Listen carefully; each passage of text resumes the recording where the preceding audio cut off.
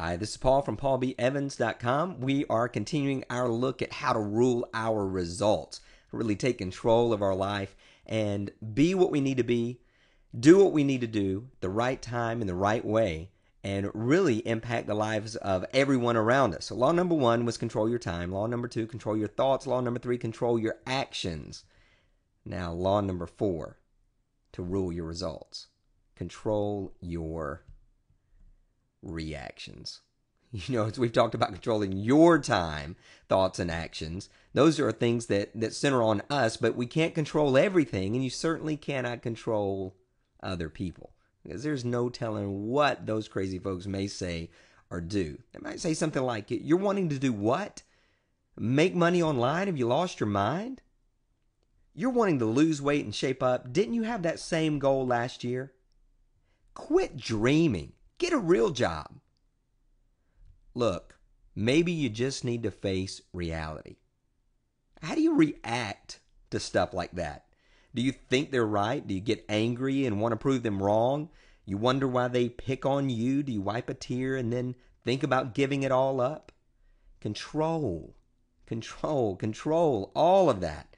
But often the enemy isn't out there, and it might not even be them. Sometimes the enemy's a lot closer, like right inside our own heads.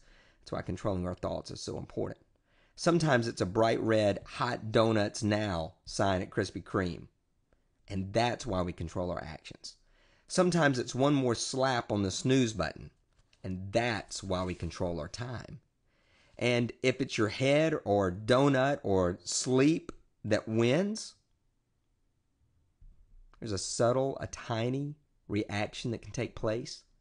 And it's dangerous too. Everything doesn't have to be explosive. One of the most dangerous is called the okay reaction. Okay creates a false belief, a way of convincing ourselves that this failure to control our time, thoughts, actions, it's just one time. I'll cheat this once, just a little bit. I'll be right back on the straight and narrow tomorrow. You can insert a low, soft whistle right there. Whoa, stop. It's treacherous. It's okay just this once.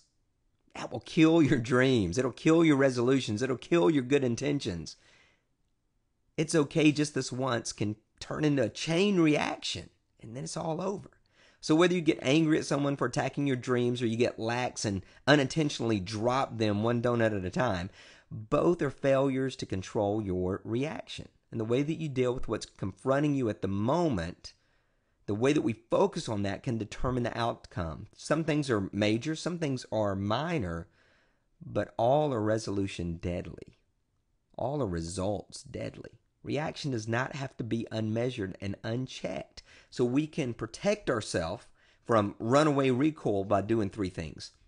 As we think about controlling our actions, number 1, are controlling our reactions. Number 1 is to have advanced decisions. Chances are high that nothing unusual has really derailed you in the past. Everything that I mentioned above, it's normal. All those things could have a premeditated response. You could easily prepare yourself and laugh at the skeptic.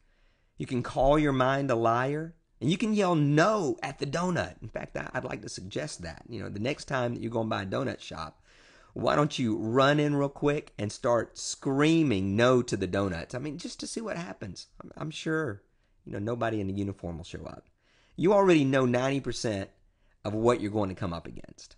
There are very few surprises, actually. You can decide right now what you'll do and what you'll say so you don't have to think about it when it actually shows up, and you won't have to react at all. Number 2 is accurate assessment. Don't overreact. I hear people say things like, I'm a complete failure. What? It's not even possible to be a complete failure. Or they'll say, I never do anything right. Huh? That's nuts. We got to get logical. Think for a few minutes and really consider the situation before jumping to crazy extreme conclusions.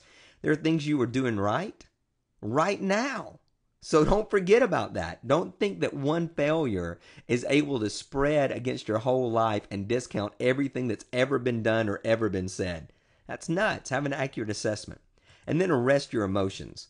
When it comes to reacting, more emotion is not better. One time I was in India and our group did not use the right taxi system at the airport. About 20 drivers surrounded our vehicle. They threatened to disassemble the SUV and disassemble our driver. Now, what if I'd stepped up, got in their faces, and screamed, "I'm an American! You can't treat us like that!"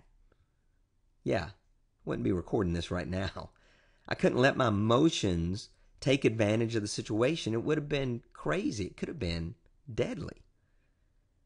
When have you ever made a solid, high emotion decision?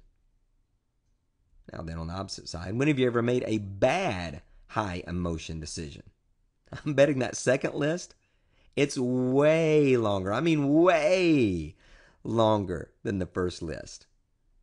If we're going to make solid decisions, if we're going to control our results, we've got to control our reactions and not let them get out of hand.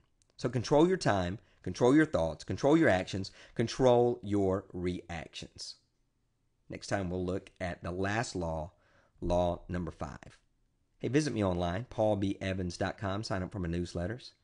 And I appreciate you listening to this podcast. As always, success is not an accident. Be blessed.